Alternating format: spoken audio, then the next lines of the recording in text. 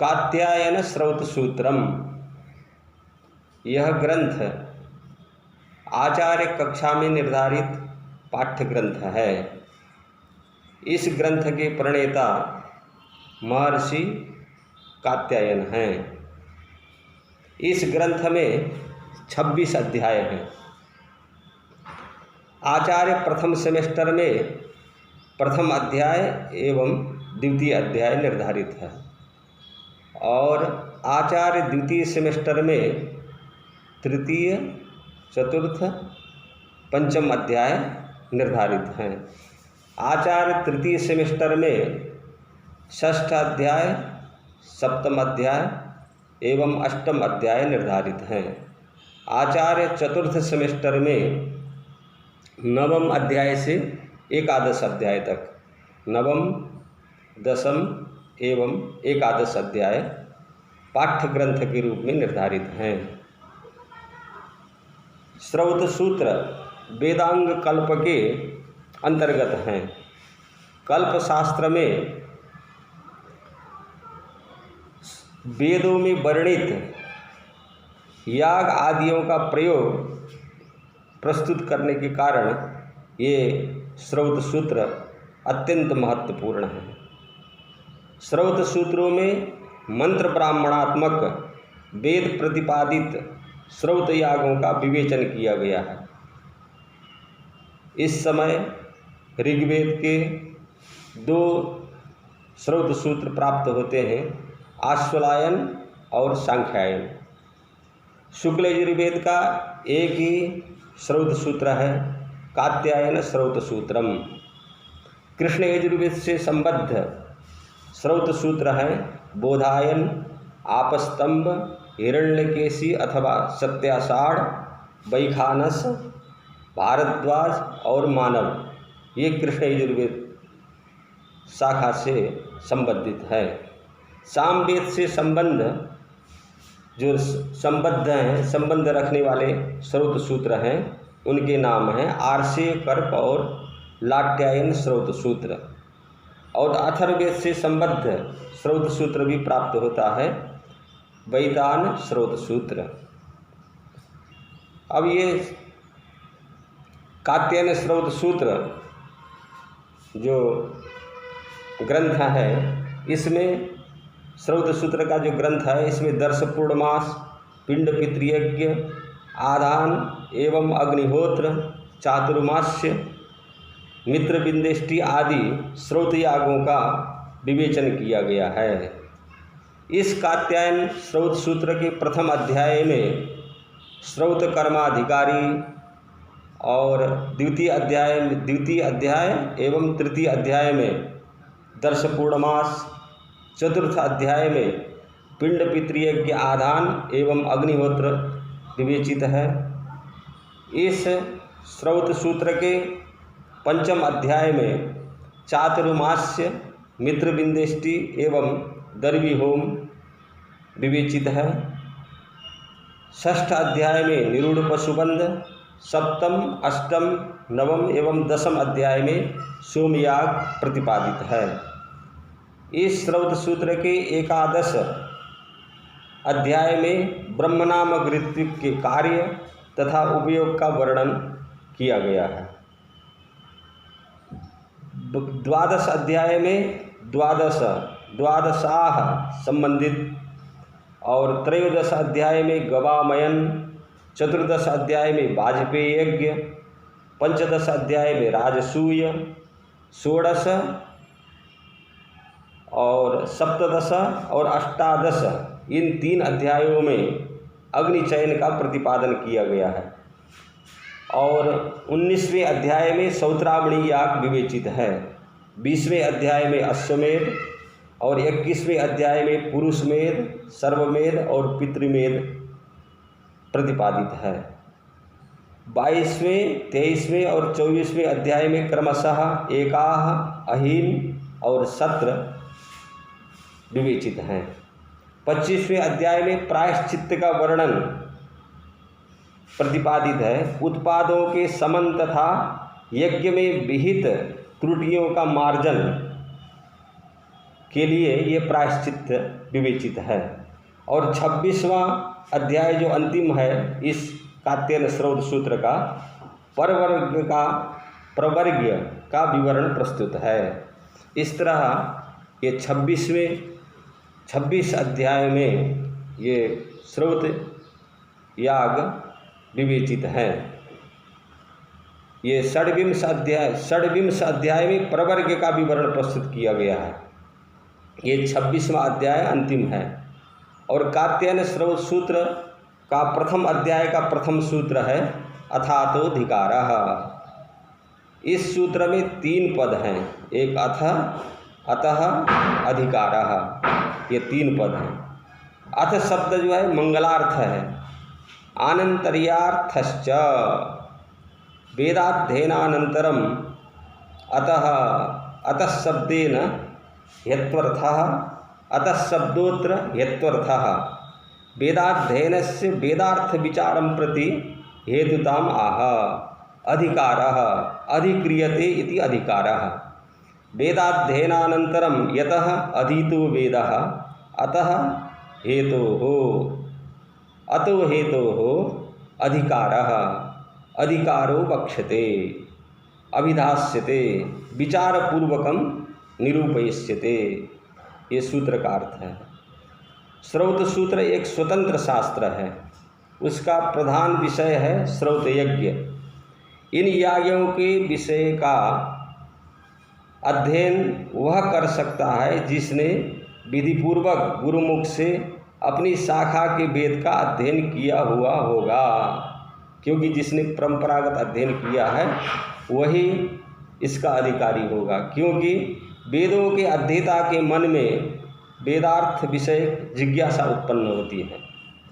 अब इस श्रौत सूत्र का द्वितीय सूत्र है फलयुक्तानि कर्माणि। इसमें 2 पद हैं। फलयुक्तानि फलैः संबद्धानि फलवन्ति फलस्य साधकानि भवन्ति कर्माणि कानि अग्निहोत्रादीनि। फलं पुरुषाभीष्टं स्वर्गधनपुत्रादिकम्। अत्र स्वर्ग शब्दः सर्वोत्कृष्टे सुखे रूढ़ः। सर्वोत्कृष्ट सुख में इसका अर्थ रूढ़ है। यज्ञों से विभिन्न कामनाओं की पूर्ति होती है, अतः सभी कर्म फलदायक होने के कारण फलयुक्तानि कर्माणि, फलदायक होने के कारण उनमें प्रवृत्ति तत्त फलाभिलाषियों की देखी जाती है। जिसकी जो कामना है, पुत्र कामना के लिए पुत्रेष्टि आदि जो बाद में हो गए हैं। 10 पूर्णमासाभ्याम स्वर्ग कामो येत। इस वाक्य का अर्थ है स्वर्ग की कामना से 10 पूर्णमास यज्ञ करे। स्वर्ग आदि याग आदि के फल हैं। कर्मणाम फलवत्वात् कर्मजन्य फलभोक्तृत्व अपरपर्यायः अधिकारः अपि पुरुषस्य अग्निहोत्रादिकर्मसु सिद्ध्यति। कर्मणा फलवत्वात् कर्मजन्य फलभोक्तृत्व अपरपर्यायः अधिकारः अपि पुरुषस्य अग्निहोत्रादिकर्मसु सिद्ध्यति। फलयुक्तानि कर्माणि। अब तृतीय सूत्र है सर्वेषाम अविशेषात्। सर्वेषाम कर्मानुष्ठान समर्थानाम असमर्थानांच अंध मूक बधिर देव ऋषि तिरश्चाम कर्मसु अधिकारो भवति। क्योंकि सर्वेषाम अविशेषात्। अविशेषात् क्या है? तो फलार्थित्वस्य सर्वेषाम अविशिष्टत्वात्। फलम ही सर्वैः इष्यते। क्योंकि फल सब चाहते हैं। मनुष्य पशु देवता गंधर्व आदि सभी सुख की सामान्यतया कामना करते हैं। इन सुखों की प्राप्ति कर्मों से होती है। अतः सुखाभिलाषी प्रत्येक जीव को कर्म करने का अधिकार है। सर्वेषाम अविशेषात्। और परंतु उन यज्ञों का अनुष्ठान करने का सामर्थ्य सभी में नहीं है। इसी को अगले चतुर्थ सूत्र में बता रहे हैं, मनुष्याणाम वा रंभ सामर्थ्यात्। इस सूत्र में जो बा शब्द प्रयुक्त है, बा शब्द पक्ष व्यावृत्तो न सर्वेषाम अधिकारः किंतु मनुष्याणाम एव कुतः आरंभ सामर्थ्यात्। सूत्र में आया है आरंभ सामर्थ्यात्। मनुष्या एव यथा श्रुतं कर्मारब्धुं कर्तुं समर्थाः न देव ऋषि तिर्यगादयः तत्र तेषां देवानां देवांतराभावात् अनधिकारः। क्योंकि उसमें देवता की पूजा होती है, देवतोद्देशेन द्रव्य त्यागः यागः। तो देव स्वयं करेंगे तो किसके लिए त्याग करेंगे? नहीं आत्मानं उद्देश्य त्यागः संभवति। किंच देवाश्च प्राप्त स्वर्गादि कामाः न च तेषां किंचित् अवाप्तव्यं वर्तते यदर्थं कर्मणि कुर्वते। कर्माणि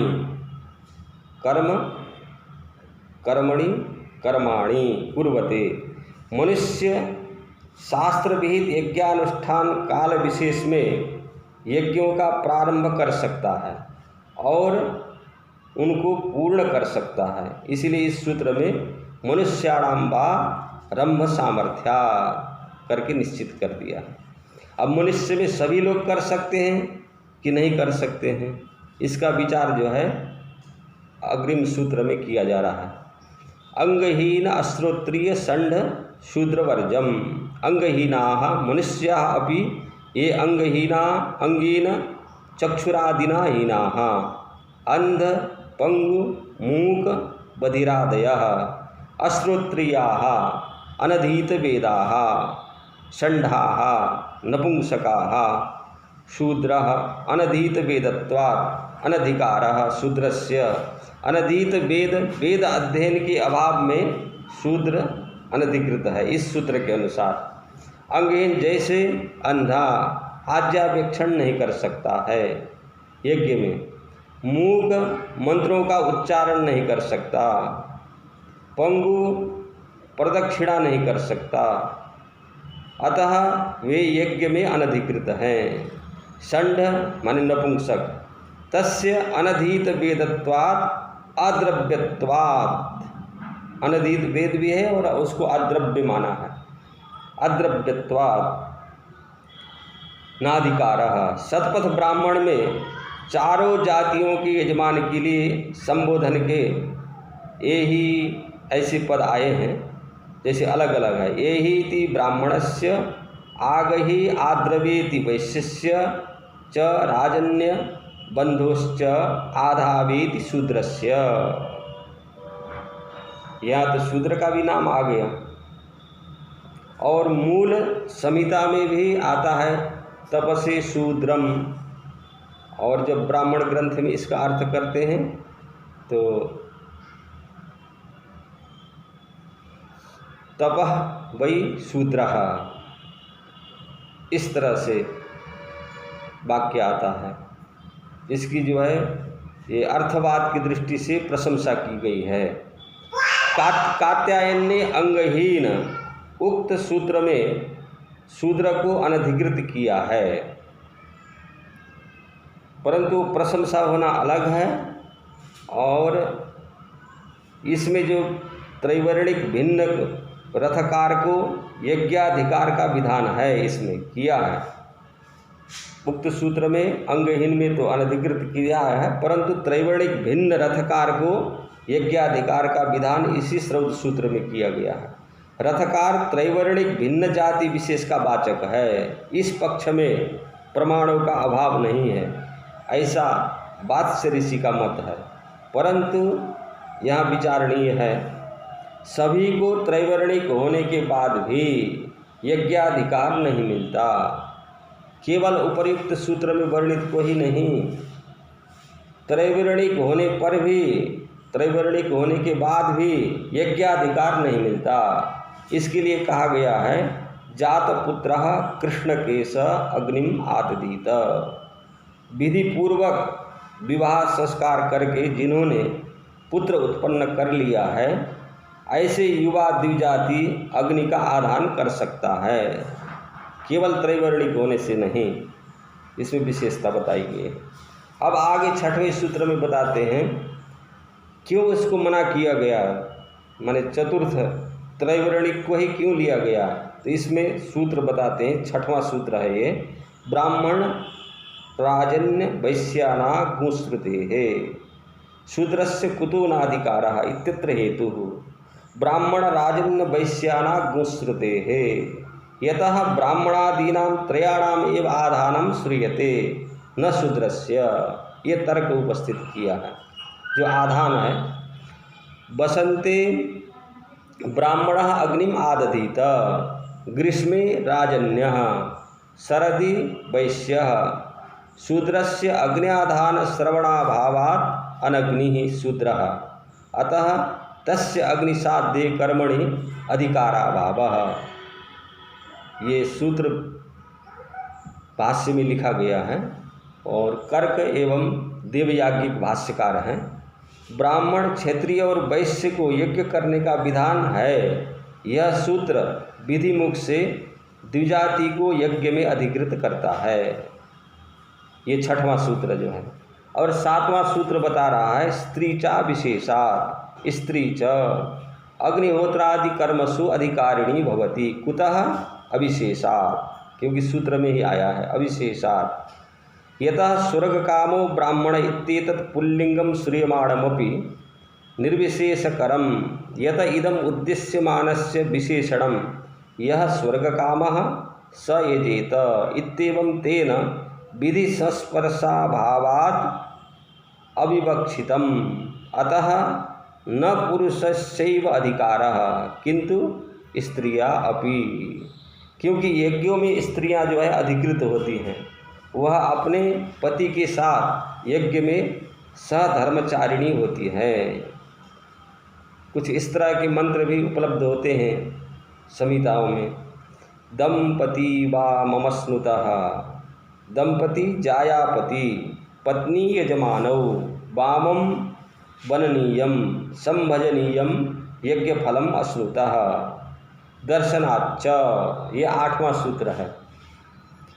दृश्यते चायम अर्थो वेदे यत पत्नी अपि कर्मसु अधिक्रियते इति मेखलया यजमानं दीक्षेति योक्त्रेण पत्नीम इति।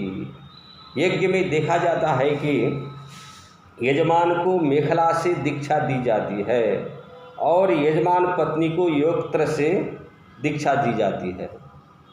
ये दर्शनाच्च माने दृश्यते च अयम अर्थः वेदे, ये सूत्र बता रहा है दर्शनाच्च। और ये अगला सूत्र है रथकारस्य आधाने। ये 9वां सूत्र है। 8वां सूत्र दर्शनाच्च है, 9वां सूत्र है रथकारस्य आधाने। रथकारस्य, जो रथ का निर्माण करे वह रथकार कहलाता है। रथम करोतीति योगात् रथकार इत्युच्यते। तस्य च त्रैवर्णिकत्वात् आधानं प्राप्तमेव जात्यंतर पक्षे तस्य आधानं विधातव्यं ऋतुसंबंधश्च तथा सति वर्षासु आदधीत रथकारः आदधीत इत्येवं वाक्यभेदः स्यात्। रथकारस्य आधाने अग्न्याधेय कर्मणि अधिकारो भवति, वर्षासु रथकार आदधीत इति श्रुतेः। इस सूत्र में बताया जा रहा है रथकार का आधान में अधिकार है। वैश्य को वर्षा ऋतु में अग्न्याधान का विधान है, वैसे ही रथकार को भी वर्षा ऋतु में अग्न्याधान करना चाहिए, ऐसा विधान है। अब यह विचार का विषय है कि यह रथकार कौन है। यह रथकार, जो सूत्र में प्रयुक्त रथकार कौन है? क्या यह त्रैवर्णिक है? प्रश्नवाचक।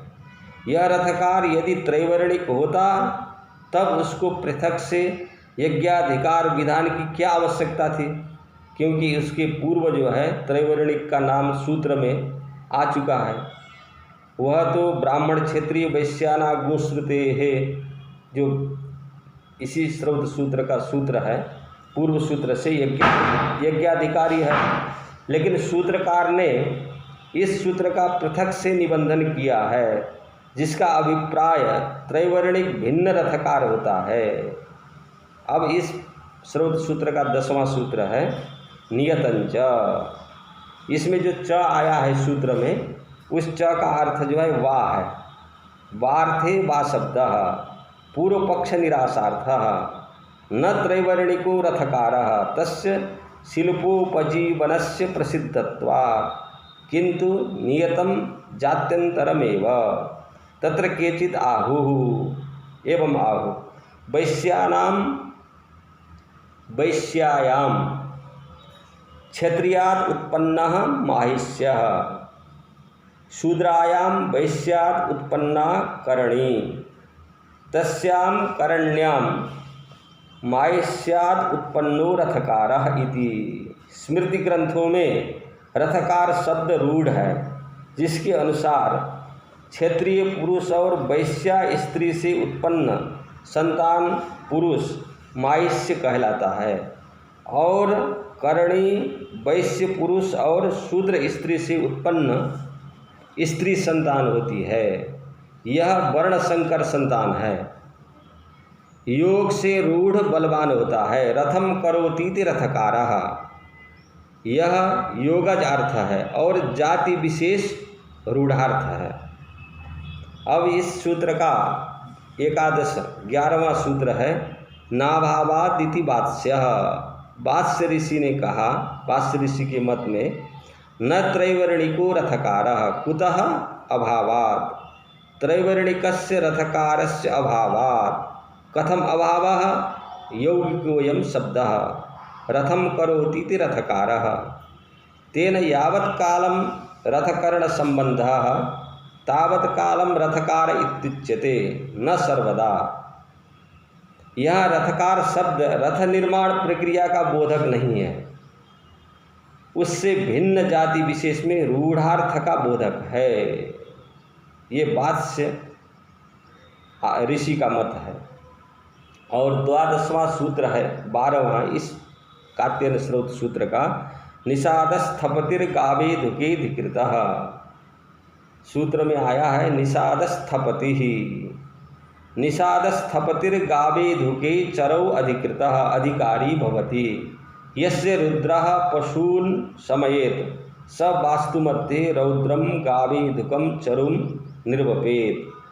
जो रुद्र देवता के लिए रुद्र देवता के लिए पशु का संज्ञापन करता है, वह वास्तु मध्य रुद्र देवता के लिए गावे धुक चरु का निर्वाह भी करता है। यह अर्थ है। यहाँ प्रश्न होता है कि निषाद स्थपति कौन है जो चरु के निर्वाह के लिए अधिकृत होता है? क्या इसका विग्रह निषादानाम स्थपति ही ऐसा करें अथवा निषादश्च स्थपति ही ऐसा विग्रह करेंगे? तो यह स्थपति शब्द आधिपत्यवाचक है। यदि षष्ठी तत्पुरुष समास करते हैं तब निषाद स्थपति का अर्थ है त्रैवर्णिक होता है। निषाद स्थपति का अर्थ त्रैवर्णिक होता है। यदि समानाधिकरण करते हैं तब इस शब्द का अर्थ जो है जात्यंतर का वाचक हो जाता है। यह शब्द यहाँ समानाधिकरण का ग्रहण किया गया है। और इस कात्यायन स्रोत सूत्र का 13वां सूत्र है वावकीर्णिनो गर्दभेज्या यो ब्रह्मचारी सन स्त्रियं गच्छति स अवकीर्णी तस्य अवकीर्णिनः स्खलित ब्रह्मचर्यस्य गर्दभेज्या गर्दभेन इज्या यागः गर्दभेज्या प्रायश्चित्तार्था भवति। वा शब्दो विकल्पार्थः तेन गृह्योक्तम अपि प्रायश्चित्तान्तरम् आज्याहुतिद्वयरूपं विकल्पेन भवति। जो ब्रह्मचारी स्त्रियों के साथ संभोग कर लेता है उसे अवकीर्णी कहते हैं। उसके निमित्त प्रायश्चित्त कर्म गर्दभेज्या नामक स्त्री करनी पड़ती है और आज्य की आहुति देनी पड़ती है। शास्त्रांतर में गर्दभेज्या अथवा आज्याहुति में विकल्प धर्म माना गया है। इस श्रौत सूत्र का चतुर्दश सूत्र है प्रथम अध्याय का लौकिके। एतौ स्थपतिष्टि अवकीर्णी पशु लौकिके अग्नौ भवतः न होमा विशिष्ट पशु आधानं प्रयोजयतः आभ्याम ही तदेव गृह्यते यद दर्शपूर्णमासांगम भवति न च आधानं दर्शपूर्णमासांगम। स्थपतिष्टि पुरुष के संस्कार के लिए तत्त काल में की जाती है और दर्शपूर्णमाष्टि अपने समय पर की जाती है और दर्शपूर्णमाष्टि जो है अपने समय पर की जाती है। अतः अंग कर्म होते हुए भी इनका अनुष्ठान लौकिक अग्नि में करना चाहिए। ये 14वें सूत्र का अर्थ है।